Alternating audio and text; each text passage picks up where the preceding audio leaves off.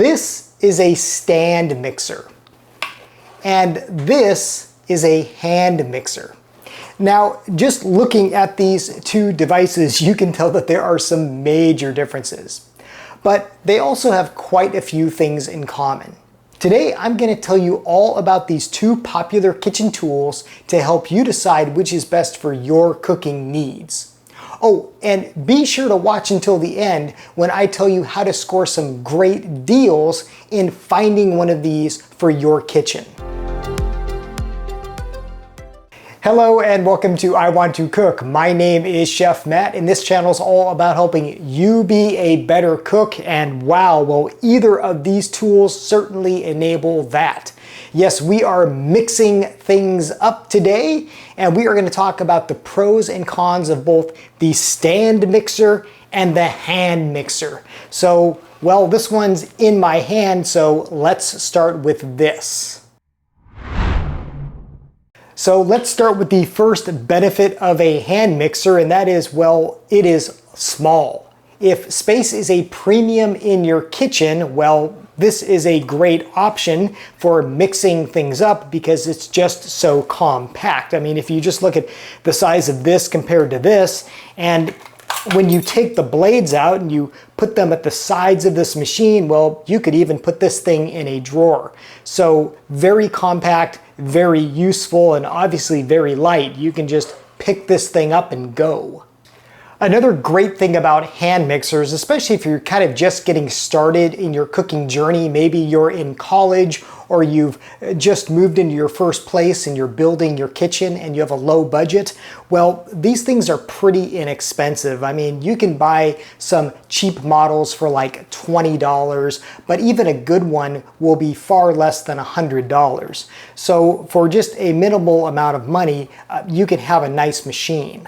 Hand mixers are also widely available. Now, of course, you can buy either of these online, but hand mixers, well, they tend to be available in more stores. I even see them at grocery stores. Now, you may not want to buy the one that you see at grocery stores, but it's good to know that they are there. Hand mixers also come in a wide variety. This particular one is a vintage GE model that I bought at the thrift store, and well, it's decades old and it still works great. This is of course a powered one. You just plug it into a wall and you go to town. There's also rechargeable models that you can just use by charging them up. There's cordless of course, and you can go to town that way. Or you can go real old school and you can get something like this. This is a manual model, a hand crank version. And well, these are usually the cheapest. You can buy these for about $10. And well, if you want to work out while you're beating your eggs, you can even go for something like this. Another benefit of a hand mixer is that it arguably gives you more control of where the beaters go.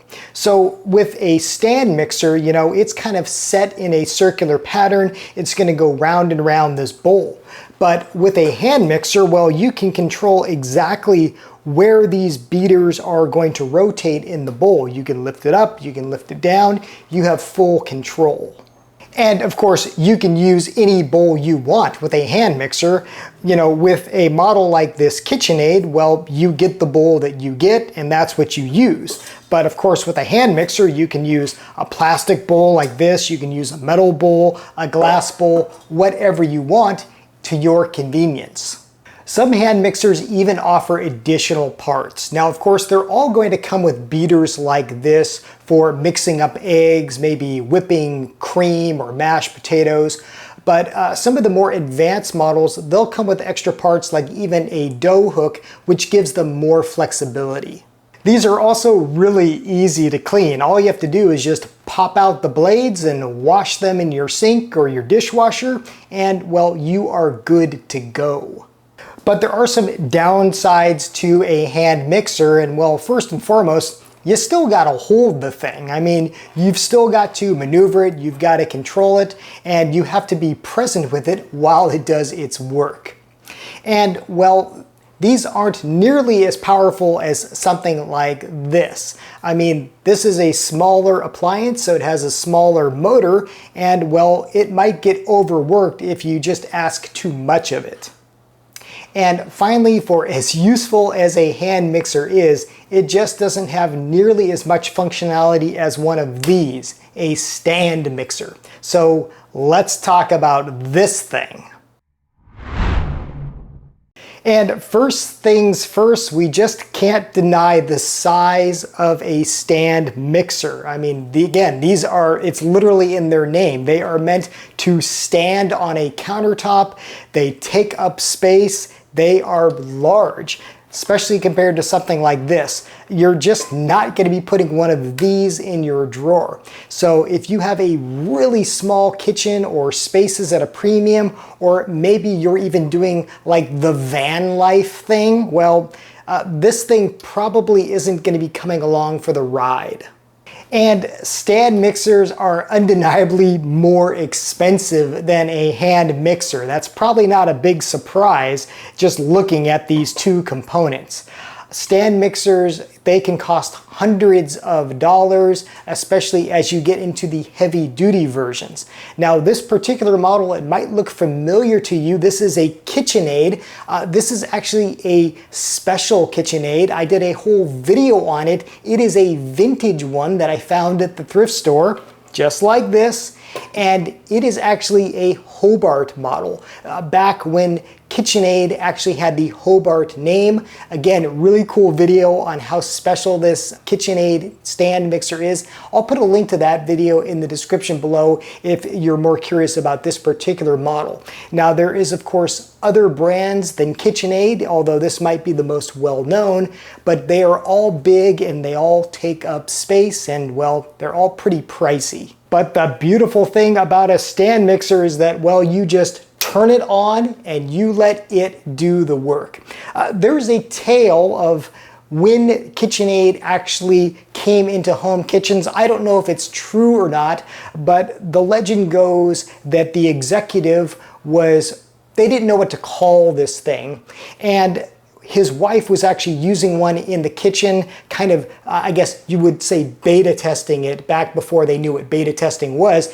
And he said, well, what should we name the thing? And she said something to the likes of, well, I don't know, but I can tell you it's the best KitchenAid that I've ever had. And well, maybe that's just how we got its name. And of course, something like this, a stand mixer, is far more powerful than a hand mixer. These have really robust motors in them. They are made for heavy duty tasks. They can knead dough, they can make cream. All those tasks require some pretty big muscle, and these have it.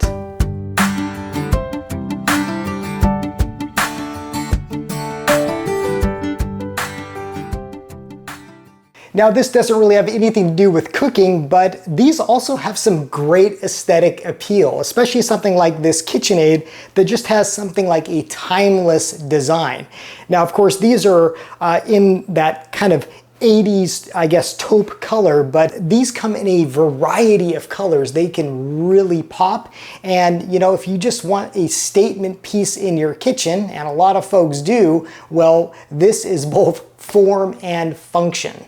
And here's a good time to note that there are different sizes among stand mixers, even the KitchenAid models.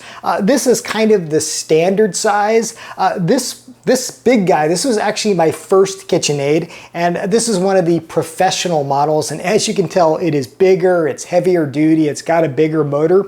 And there's even some smaller ones, like some cute mini ones that are great for a countertop. They're all pretty big, but well, you can get, I guess, big or bigger when it comes to stand mixers. But perhaps one of the best things, if not the best things about a stand mixer is their versatility and their ability to grow as far as attachments. So this is the X factor right here. This is where you can put attachments. Now there are all manner of attachments. You can kind of think of this as a power takeoff unit, and it will power other attachments. You might remember that we used the KitchenAid ice shaver in this guy right here. We made that wonderful shaved ice. That's one of the newer attachments. But there are spiralizers, there's juicers, there's food processors, pasta rollers. There are all manner of attachments, and they just fit in right here. So that means you don't simply have a mixer, but well, you have a multifaceted and powerful kitchen tool. Just with the assortment of attachments you can put on this, that can really allow a unit like this to grow with you and your cooking needs. And as you may guess, these things are built like tanks. These things are really robust. Again, this one is decades old. I think it's from the 1980s or the 1970s. This has been with me for a long time as well. These things are just tanks. And these older models, at least, they are serviceable to some extent. I know folks commented when I made that last video on this machine specifically to be sure to like lubricate the gears and make sure that everything is in proper working order, and apparently that's pretty easy with something like this. But I can tell you, these things are absolute workhorses. Just keep in mind though, you're pretty much going to get the bowl that you're going to get with it. Now I know there are other types. I believe there's glass bowls, there's ceramic bowls, there's even like an ice cream bowl, but remember, it's gonna have to fit into your particular machine. It's not like with a hand mixer that you can grab just any bowl and go. Now, before I get to the conclusion, I should at least mention in passing that there is something of a third type. There's this type of mixer. It's technically a stand mixer, but it has a little more in common with a hand mixer because it has these beaters. Now, I know some of these do have different attachments you can put on it, but not to the extent of one of these. But something like this is pretty cool. This is a vintage Hamilton Beach. Again, you can guess where I got this one. At the thrift store on the cheap. It was probably like $10 or $15, and it comes with a couple of bowls. It comes with these beaters, and new ones like this are still made, and kind of in that tweener status. They are smaller than a stand mixer like this, but obviously bigger than a hand mixer, and they usually fall between the two in prices as well. Now, I'm not sure if something like this really brings the best of both worlds or is kind of just a big compromise, but if maybe you just want to, I don't know, mix eggs or make cream a lot, something like this could work. Although, I don't know, I think you might be just better off getting either a hand mixer or a stand mixer. So, which is better for you?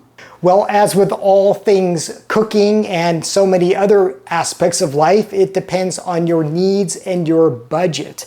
If you don't really do a whole lot of mixing, maybe again some eggs, some cookie dough, things like that, then something like this could work out really well. But if you are, say, a baker, or you want to be, or you plan to do heavy duty tasks, well, a stand mixer is great for that. And again, there are so many specialty applications, from milling grain to rolling out pasta to even shaving ice, that you can do with a stand mixer like this because of the attachments you can put on it. But again, look at your budget, look at your needs. And remember, it's not an either or. You can start with something like this and, maybe graduate to this. Oh, now I told you about finding deals on these, and here's my tips. And if you're a regular watcher of this channel, this will come as no surprise, and well, I've been dropping clues this whole video. Go to the thrift store. I see mixers, even stand mixers there all the time for a fraction of the price. This was probably like $5. I believe I paid $30 for this. Yes, a vintage Hobart KitchenAid I got for a fraction of the price new. So, go to a thrift store. I've made several videos on why you can get some great cookware thrifting, and I'll put links to those videos below. But that is a great place to start if you are on a budget, or maybe you want something vintage. You can often find made in America appliances. Even this mixer was made in America back in the day. If that's important to you, well, you can find such things at a thrift store. But if you want new, well, you can also get these at good prices new. You just have to hunt around. In fact, just this week when I was researching this video, I was at my local Target and they had stand mixers by KitchenAid for half off. Now, by the time I got to that shelf, they were all gone, but I believe they went from like $400 to $200 on some sort of closeout. So some folks got a screaming deal on a new KitchenAid mixer. And if you have time on your side and you're willing to shop around, you might find a great deal like that as well. But even if they're not on clearance, mixers do go on sale quite often, so just shop around. So there you go, stand mixer versus hand mixer. Which one of these is for you? Which one or which ones do you have in your arsenal? I would love to know, and I'd love to know what you use them for. So be sure to put that in the comments below. Okay, trivia time. Last week I asked you to identify this pan, and several of you got it. This is, of course, a Japanese omelet pan, and some of you went the extra mile and even spelled out the Japanese name. I'm totally gonna butcher it, but I believe it's tamagoyaki. So that is what this is, a Japanese omelet pan, and I don't know, maybe I'll make a video with it someday. For this week's culinary tool, we have one that is so fresh from the thrift store that I haven't even taken the price tag off of it. Whatever this is, I paid $4.99 for it. What is it?